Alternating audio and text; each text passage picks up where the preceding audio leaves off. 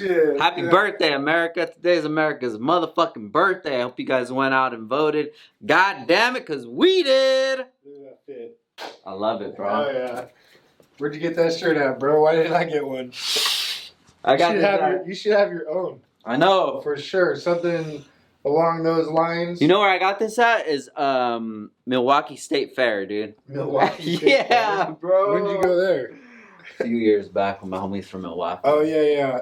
KG and Royce and a bunch of the other guys. It's pretty tight, but that's where I got the shirt. Now the pressure's on me, dude. Yeah, right? I made Gabe stop working for this shit. Ooh. Almost. Ready? Oh!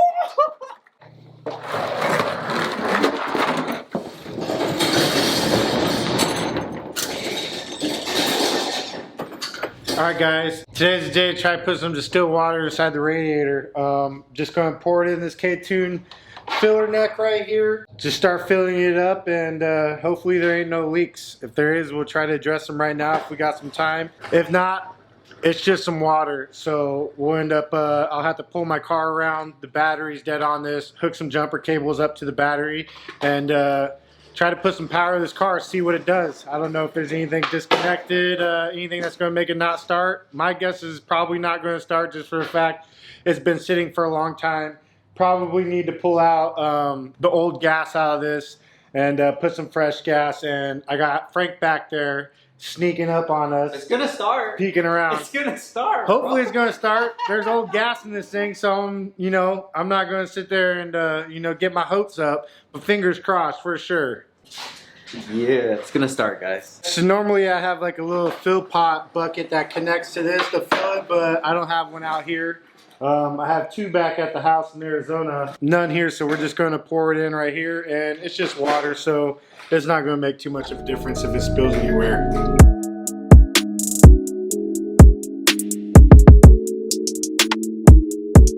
Alright, so I put a gallon of distilled water inside of it. That's probably all I'm going to do for now till I could get a fill bucket so I could burp it. At that point, when I have the bucket, I'll just let the vehicle run and just let it take down distilled water as it wants to. So as the bubbles burp out of the system, it'll pull more water into it. And then I don't have to sit here and pour it down and keep waiting for it or whatever. So it's got something in it for now. So when we try to start it, it's got something at least flowing through the system. And yeah, doesn't look like there's any leaks right now. So that's a plus. And but I'm sure, once we start it up and some pressure goes and some heat in the motor, we might get a leak still. But fingers crossed again that that's not going to be the case. I'm going to go ahead and pull my car around right now. Battery's dead like I previously stated. We're going to use the battery from my car to try to get some power to this, and hopefully it starts. Alright guys, so this car previously ran. They already had the sub harness and everything in here, so I'm not going to worry about some of these loose wires here. I'm just going to plug in the harness and ECU. This car already ran, so it should still be a runner with the wiring how it is, assuming that nothing got taken apart. But I wasn't here for that, so I have no idea, but we're gonna figure it out. Might have to get underneath the car and plug the O2 sensor in just for the sake of it not being unplugged and then try to start the car. Alright, ECU's plugged in. That could just sit here for now, mount it later. And I'm probably just gonna get underneath the car real quick and put the O2 sensor wire through the firewall and plug it in.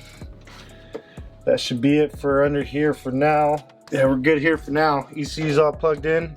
Get underneath the car real quick, put the O2 sensor up there and plug it in. Alright, so I went under the car, put the O2 sensor plug up in through here. It's right here, got that plugged in, so hopefully there's no check engine light for that when we go to try to start it. Yeah, hopefully everything's good. I'm gonna go grab my car, pull it around, hook up some jumper cables to it, and see what this thing does.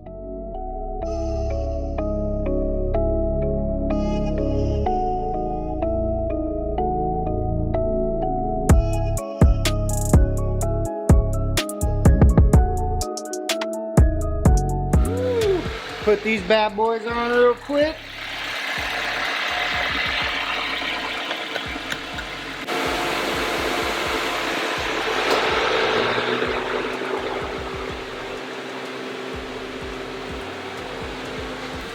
Car should have power. That should be it. Fingers crossed, unless it didn't do something right. Oh, has a little bit of power. Not enough to do anything. See lights on the dash? Still too dead. Battery super dead. Barely any lights when we put it on. Probably gonna have to let it charge for a little bit. These P680 batteries, in my opinion, they're not that good. A lot of people run them. I've had the worst lucks with them for whatever reason. They always be dying. Leave the lights on once they're dead. You really gotta maintain them. You really gotta put them on some kind of like trickle charger or something so they stay good. I don't know. We'll see what happens. Frank says he has another new one at his house. I'm gonna leave this on here for about 5 minutes just to try to give it a little bit of a charge, which I believe you need a deep cycle charger for them to even give them some kind of charge. So this might not even work, but hopefully we can get it to crank and do something. So I'm pulling rookie moves over here. I forgot to hook up the grounds to the motor. That could be why there ain't enough power going to it, or it's not anything really working. So I'm gonna go ahead and hook up some grounds to this while the battery's charging a little bit. All right, so apparently I forgot to tighten the fuel fittings down here. I already knew I did, but the last time I was doing this, I didn't feel like dealing with it when I had two good hands that worked. It's just a little tight down there. I didn't feel like messing with it at the time, but now I gotta sit here and do this. And you know what they say about big hands, right? They're hard to get in tight places.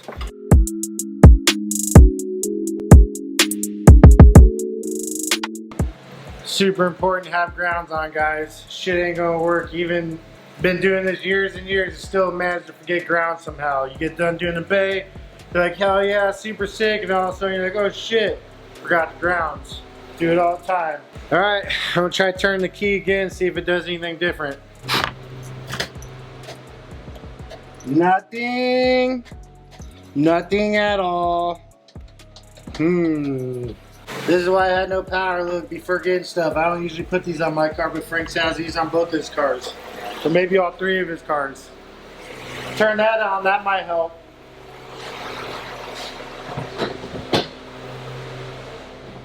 Oh, power. Oh shit, we got power. Woo, it cranks. Car cranks, has power. Doesn't have any fuel pressure, so I'm gonna have to look into the wiring a little bit and figure out why the fuel pressure ain't working, or fuel pump, I should say. All right, so there was a couple wires that were cut under here from whoever uninstalled the harness before or whatever, but turns out fuel pump, relay, some kind of mill light, and then this is starter signal, which is starting, so, or turning over at least. But I'm gonna go ahead and hook these wires up and then see what happens from there. So I just have some wires twist tied together right now. Hopefully this shit don't catch on fire like the M8 almost did. Hopefully it works now. I'm gonna say that it does. Maybe it doesn't, but I hope that it does. All right, let's see if something a little different happens this time. Your fuel? No. Me neither. Probably not.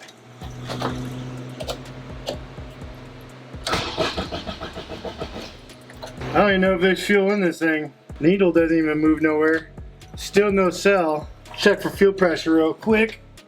Still no fuel pressure.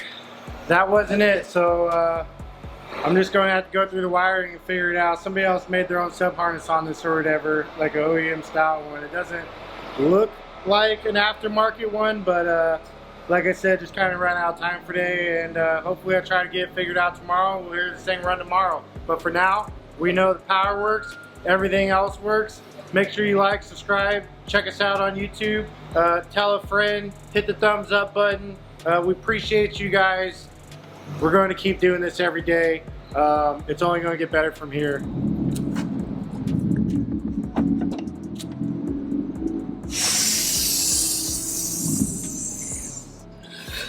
All right, so I'm on crunch time right now. I can only fit 2 wheels in here, and the guy's mounting the other 2. So I gotta get these mounted up in about 10 minutes. But look at these guys. AG wheels, 22 by 11 for the rear, 22 by 10 in the front. Falcon Azeni, 295, 25, 22s on the M8 Grand Coupe. Come on, bro. You already know what it is.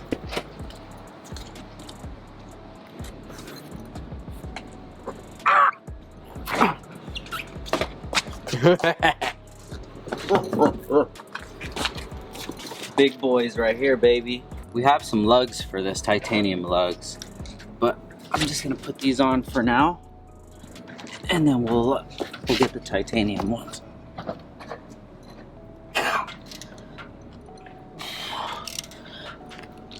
So we were gonna put the wheels from the M4 on here, but then we realized that they changed the lug pattern.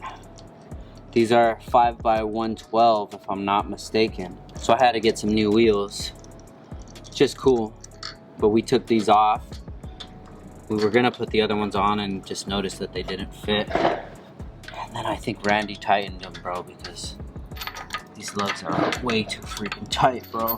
Randy being Randy. All right, so let's check these out, guys. They should be pretty much exactly the same. Boom. Just more rim, less tire. Straight up dope boy car, bro. Big shout out to Falcon, man. Nick at Falcon. My guy, bro, thank you so much for taking care of us. Woo, baby. Oof. Oof. Oof. Crazy, bro. These look bonkers, dude. Dang.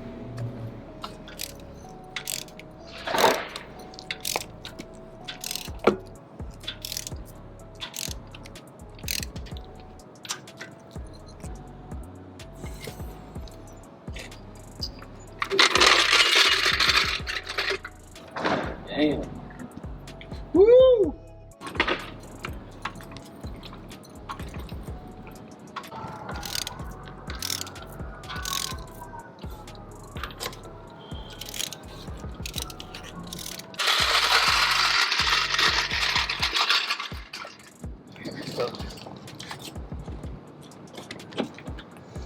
Alright guys, the reveal of the whole car with the wheels, everything washed and all that is going to be on the next vlog. But we got to go finish getting the rest of the wheels.